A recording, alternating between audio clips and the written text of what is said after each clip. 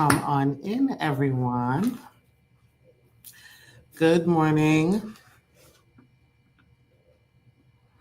Good morning, Facebook. Good morning, YouTube. Good morning, Instagram. If this is your first time joining, welcome, welcome. Let me know where you're tuning in from. If this is not your first time joining, welcome as well. And let me know where you're tuning in from. Good morning, Keno. Good morning. All right, guys. So for those of you who don't know me, my name is Aisha Chidole. I'm an immigration lawyer. I'm here in Atlanta, Georgia. I represent all clients in the United States with their immigration matter. Your location is not a problem. We handle humanitarian-based immigration cases, complex humanitarian and family-based cases, and family immigration. We also, of course, handle simple things like naturalization, removal of conditions, waivers, and all the like. If you would like to schedule a consultation, you can call 678-325-1037 or 407-995-6567 to schedule a consultation. Matthew, good morning. Oni Lakim, good morning to the best high motivation, truthful attorney. You're truly amazing in your craft. May God continue to bless you and guide you. Thank you so much. I truly appreciate that.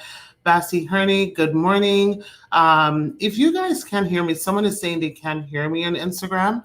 Let me know if you can hear me on Instagram. Good morning, Francisca on YouTube from Maryland, and Tanya from Myrtle Beach. Annie from Albany, Emmanuel Ankara, Georgia in the house. Hi, Romy. Welcome, guys. So today I really just want to take your questions. I mean, I have some stuff to talk about based on some of my observations and, what I'm seeing with people coming to us for conditional green cards, which is why I've kind of been harping on it a lot in my lives, because this is the most problematic area that I'm seeing right now in this administration, and in terms of what types of RFEs we're seeing and what is happening to a lot of people who come to us for consultations with these types of cases. So I want to talk about that just for a little bit. And then can you guys on Instagram hear me? If you can hear me, put a thumbs up. If you're on YouTube or Facebook, if you can hear me, put a thumbs up. I've had 2 people now saying they can't hear me. I'm not sure why you can't hear me. Just I need a thumbs up to know that you guys can hear me. If not, I have to log back off and log back in. Can anyone hear me? Okay, Ashani says they can hear me. Okay, so maybe it's just your phone, so you guys can hear me. So I just really want to talk about some of the challenges that we're seeing right now with conditional green card holders, especially those that got their conditional green card, without interviews and never really had an opportunity to acquire more documentation. One thing, first of all, that people need to understand is that if you are denied, first of all, what is a conditional green card? A conditional green card is a 2-year temporary green card that you get if at the time they make a decision on your case, you haven't been married for 2 years, or your parents or step-parent have not been married for up to 2 years. So if that's the case, you get a 2-year conditional green card. And then after 2 years, you have to file for removal of condition on that green card. There was a period in the last few years where a lot of people got approvals without going to an interview. And now they are basically ripe for filing for removal of conditions, and then we're also seeing people who filed for removal of conditions in the last few years and are getting denied. And the thing about conditional removals is that when you get denied, it is mandatory that they refer you to deportation. So it's not one of those things where you're going to be like, oh, maybe you have a nice officer that even if they deny you, they're not going to refer you to deportation. It is required by law that they refer you to deportation. So we are seeing a higher number of people coming to us with an NTA. An NTA means a notice to appear in front of an immigration judge saying, oh, I filed this case, the case was denied. I'm in deportation, or they've put me in deportation proceedings. What do I do? etc. So I really want to talk today about preparing yourself to have a strong application so you're not even in this place in the first instance. When you are filing for removal of conditions, the standards are just so much higher because the stakes are so much higher.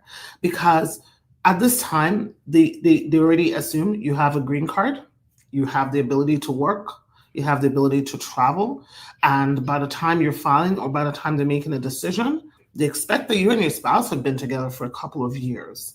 You can't submit an application sending 5 pictures all on the same day after being married to someone for 4 years or being married to someone for 3 years. So same, with bills, utility, and all of these things, like you have to find a way to show that you and this person live together. I can't tell you how many times I would get in a consult and I'll say, okay, you guys have been married 4 years. Well, what do you guys have? Like, what do you have? What can you show for it? It's one thing for you to be married for 1 year and you're like, okay, you don't have time to get all those things, but not 4 years. And that's that's the stance that immigration takes. And which is why you will see that it's easier, like when you're a newlywed, to get approved because you're still building. Your spouse still doesn't have status. Your spouse may not have Social Security. So they may not be able to get as much stuff. But with this, they need more. And then the other thing I see is that, you ask people for evidence. And when they give you evidence, the evidence are things from prior to the time that they got the 2-year green card. This evidence is not valuable to USCIS in any way, shape, or form. The only evidence that USCIS wants to see is from the point in which they granted you your green card till the 2-year requirement or whenever you filed. And sometimes they request an RFE for additional stuff. So that's typically what they want to see, number one. The only time that any evidence prior to that date is valid is kind of like if it's a continuation of the recent evidence or something that was not initially submitted because by the time you submitted your original filing, you didn't have that information. So those are the only evidence that they want to see. And if you don't have that evidence, you really have to have a legitimate reason why you don't have that evidence, especially if you are doing a joint filing with your spouse. Now, let's talk about waivers. There are 4 core ways in which you can request to file for removal of conditions without your spouse. And those are called waivers. One is if your spouse dies. One if you and your spouse are divorced. One is if your spouse has been extremely cruel, abusive to you. And the other is extreme hardship. Extreme hardship does not require proof of good faith marriage as much as the others do, but it's extraordinarily difficult to get that on its own because, remember, the extreme means that it's not just basic hardship saying, oh, if I go back, I'm not going to find a job. It's going to be hard for me to find a job.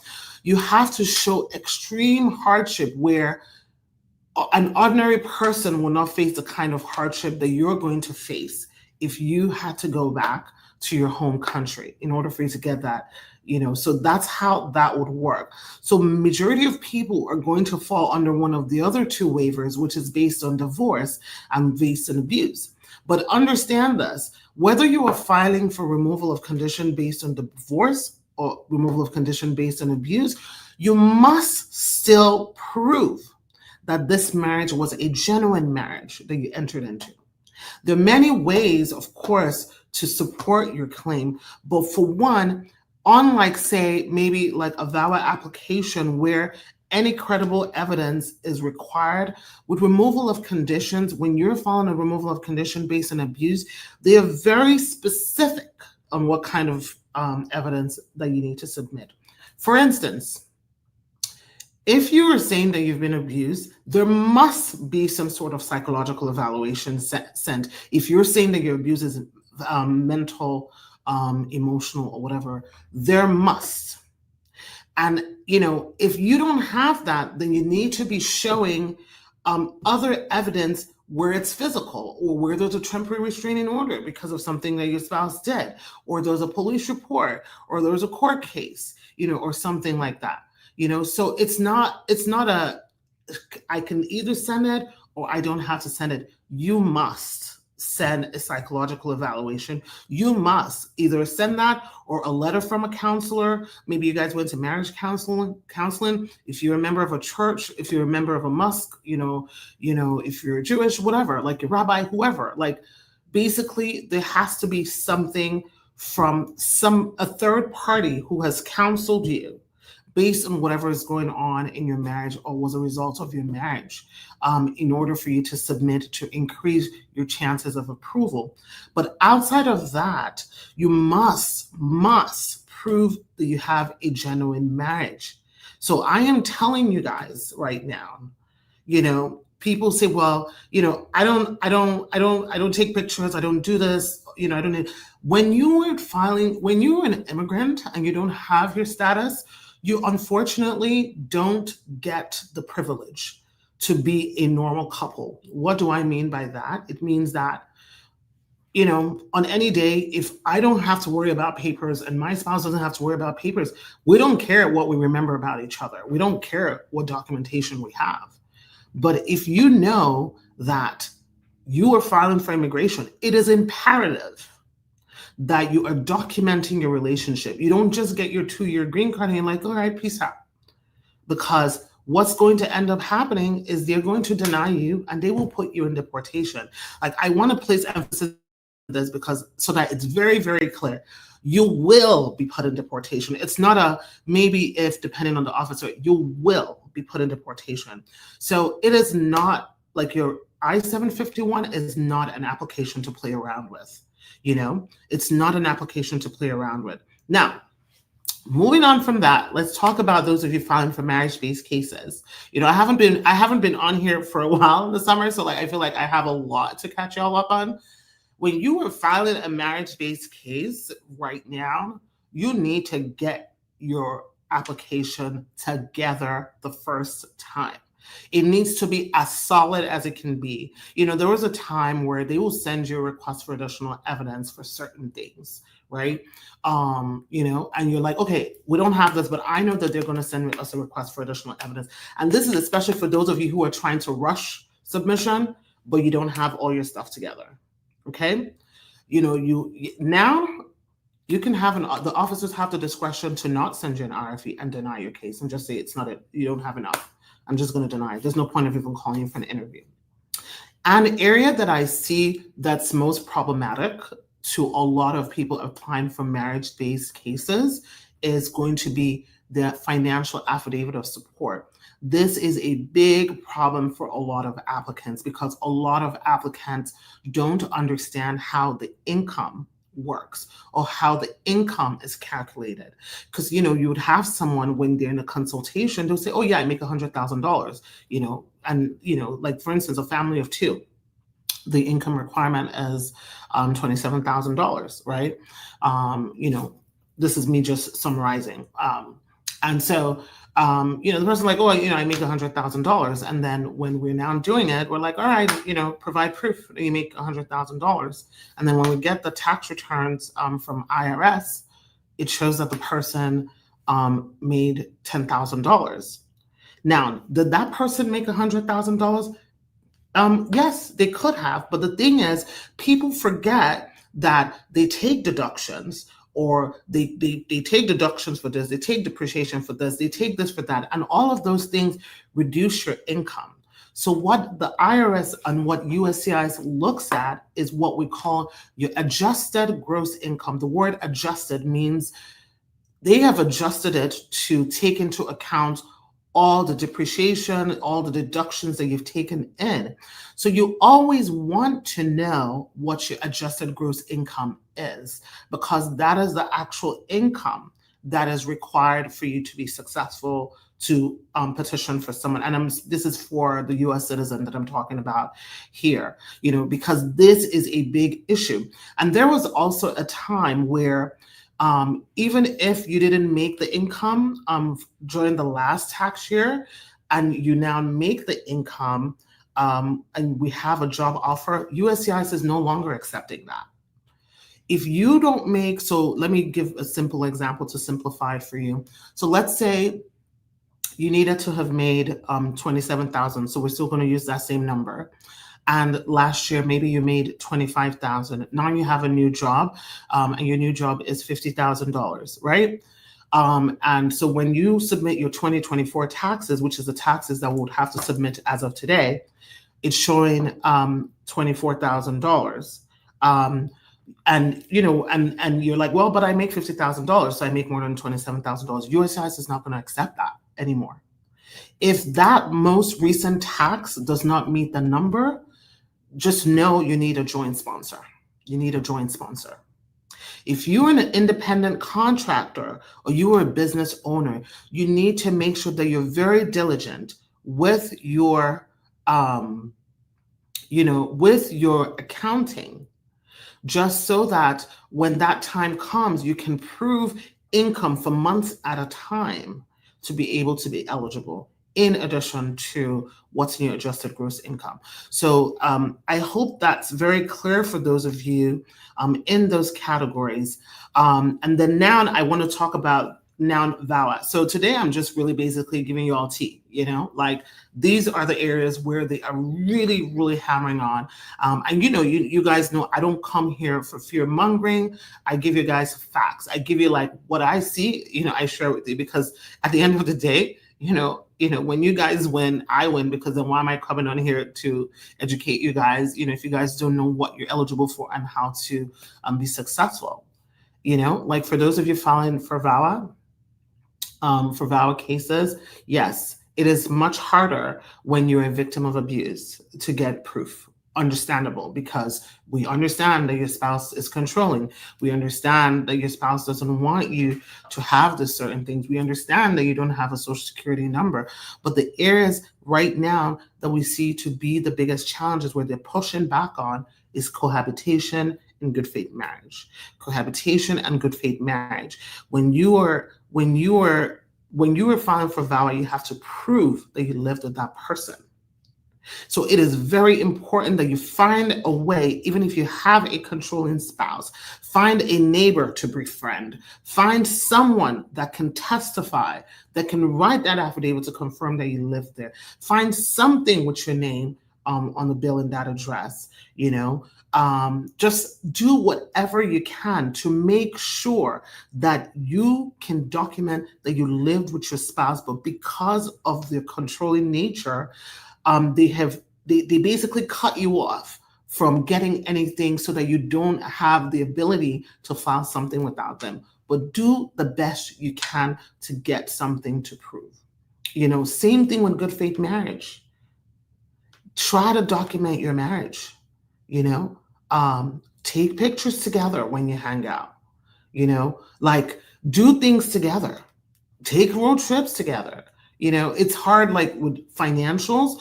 I think that's the most difficult for most people in abusive marriages.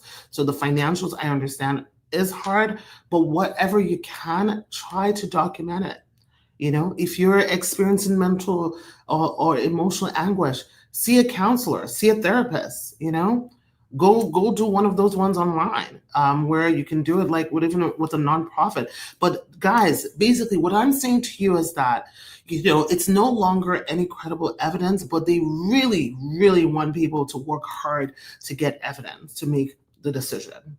So I hope you guys take my advice and start gathering your evidence before you rush on to submit your applications, because the stakes are just so high with the denial right now. Okay. Okay, so I have my interview for my I-485 based on my VAWA. this week. What can I expect from it? My case is clean, no criminal records, but crossing the border without papers. Milton, I remember you. Good. Congratulations and good for you. You can expect them to ask you questions about your entry into the United States and about you crossing the border. They typically want to know about your current marital status. You know, if you're divorced now, they want you to make sure you're bringing that divorce decree. If you have children, make sure you're amending your application to include that in your application to let them know that you have a child, so that it's not something that all of a sudden they're like, oh, you didn't tell us this before, whatever the case may be. Make sure you don't have any criminal record, as you said you don't, and make sure you have not remarried. You didn't remarry while they were making a decision, on your valid case. But if you have all of that, it should be a pretty straightforward interview. And I am wishing you all the best. Come back and let us know how it goes. Okay. All right. Let's see. All right. Let me try and take some questions on Instagram. How long can you apply for VAWA without the medical part? The answer is that it depends. If you're doing a VAWA standalone application, there's no requirement for you to submit a medical. But if you're doing a VAWA with an adjustment of status application, which is an I-485, there is a requirement or your file will be rejected. So you must submit medical with it. So basically think about it this way. As long as an I-485 form is being submitted in any capacity, in any kind of case, there is a requirement that you submit your medical at the same time, or they will reject and return your file back to you. Do you think it's a good time, based on the political climate and the new policies, for an LPR to file for a spouses within the U.S. and accused of unlawful presence? I think this is a really, really, really great question, and the answer is no. I don't think it's a good time right now. For you to. So instead focus on becoming a U.S. citizen, and once you become a U.S. citizen, then file. The only time that it would be okay is if that spouse is eligible for an adjustment of status. And then if the question is, in what scenario can the spouse of an LPR means illegal permanent residence, so that's the same thing as a green card holder. In what scenario can a green card holder be eligible for an adjustment of status application, their spouse? Because as a spouse of an LPR, you're not considered an immediate relative. You are technically in a family preference category, and that's family preference F2. So that typically means that you have to wait for visas to be available in order for them to approve your green card.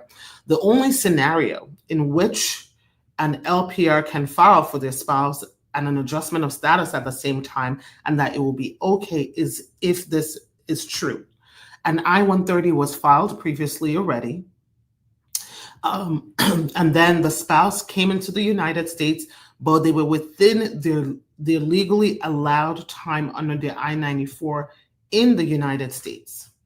And if they were within their legally allowed time in the United States, and that I-130 was filed before June of 2025, then you can file an adjustment of status. This is very complex and very easy to get confusing. So I don't want to go down the rabbit hole of legalese, but it is a very small window of people that would qualify for this. So that would be the only time that I would say it's okay to apply. So even if they don't approve you for a longer time, because you can apply for the adjustment of status, they can then get their work permit and travel permit, around that window.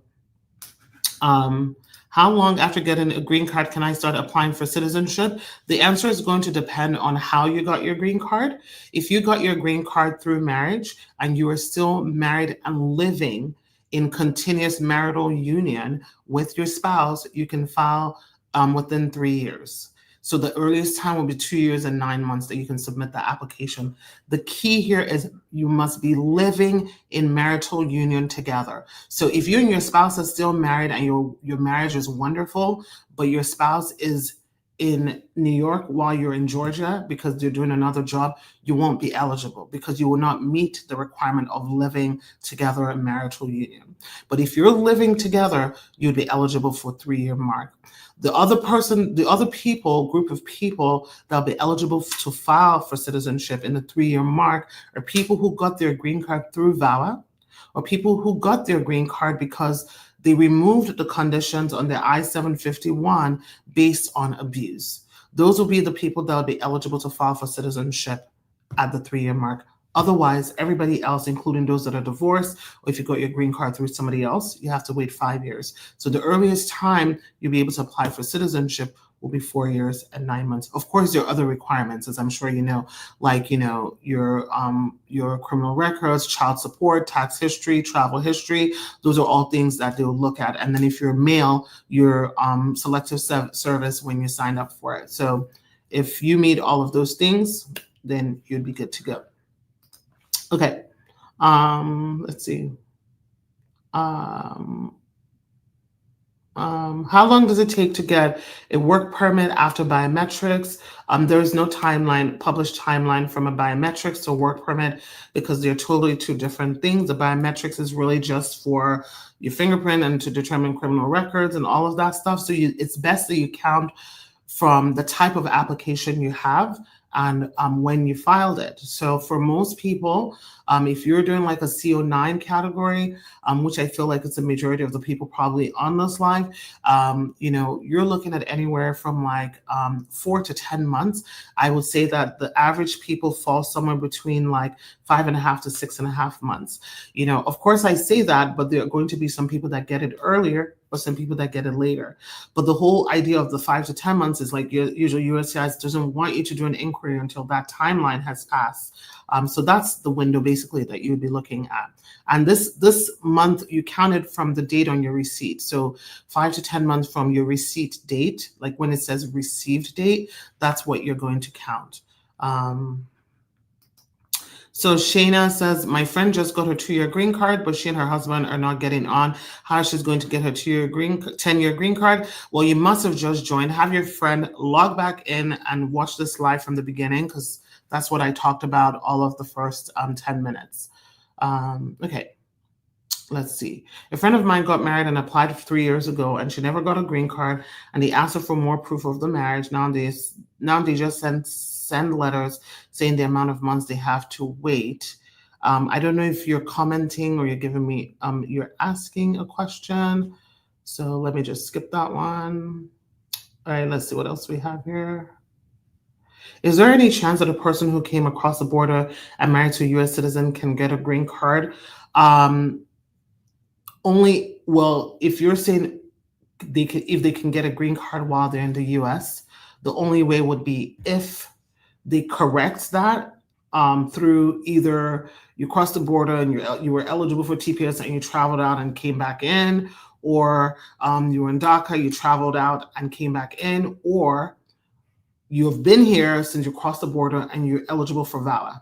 If you're eligible for VAWA, you can get a green card that way. If you're eligible for a T visa, you can get a green card that way. A T visa is a trafficking visa, meaning that you're a victim of human trafficking or labor trafficking or sex trafficking. So basically, in that case, you are basically in the United States on account of being trafficked or being induced to come here for labor, for sex, for commercial acts.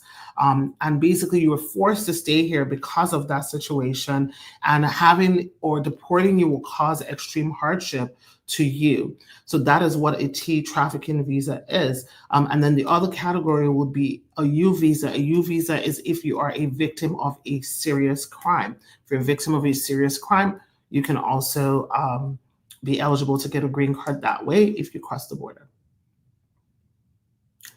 Okay. Let's see what else.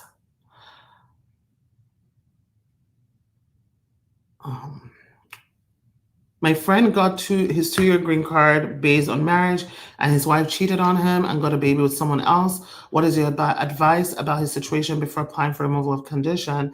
I can't give any advice because I need to know your friend and I need to know about their marriage, because without knowing, I can tell them whether they're eligible based on extreme cruelty, or whether they're eligible based on divorce, or whether they're eligible based on extreme hardship. So your friend is a perfect candidate to get a consultation to find out if they meet any of the requirements, or if divorce is an option based on the infidelity, and what else do they have to support a good faith marriage. So so that I would need that. I submitted my VAWA application on May 23rd, 2025, but haven't received the receipt notice yet. What is the reason and how much time will it take for my work permit to approve? Avinash, that is everybody else. It's not just you. There's no reason that I can give you other than USCIS this year has been delaying receipt notices for VAWA cases for up to 100 days for a lot of people. What we see, though, is that cases where there is a filing fee, like a marriage-based case or a joint 751, those cases are getting receipts very quickly because that has given them revenue. But with VAWA cases where you're not paying for the 485, you're not paying for the VAWA, they don't prioritize that because it's not like they're getting paid for it. So we're definitely seeing a delay. I would say that if it's been more than 90 days, this is a good time to make an outreach. You can either outreach via letter or have your attorney send an attorney hotline email just to see, what's up. Okay. All right. Let me see. I got denied for VAWA. 1 second. Let me just get this. 1 second, guys. Okay. So I got denied for VAWA due to a former marriage divorce decree, but applied for a motion to reopen and submitted the divorce decree. Please, what is the high possibility of approval? Unfortunately, I can't answer that question because I don't know what you submitted, so, but I do wish you the best and hope it all works out. All right, guys, I have to jump off. As always, give us a call to schedule consultation. If you need legal assistance with your immigration matter, do not dilly-dally. Guys, file if you're eligible for something. And if you're eligible for something, use someone that knows what they're doing and someone that does this on a daily basis. This is not a time or an era to gamble with your life because, for those of us in this field, I call us the foot soldiers. We've seen all scenarios and know what to expect. But I'll see you guys next week, and I hope you have an amazing week ahead. Bye.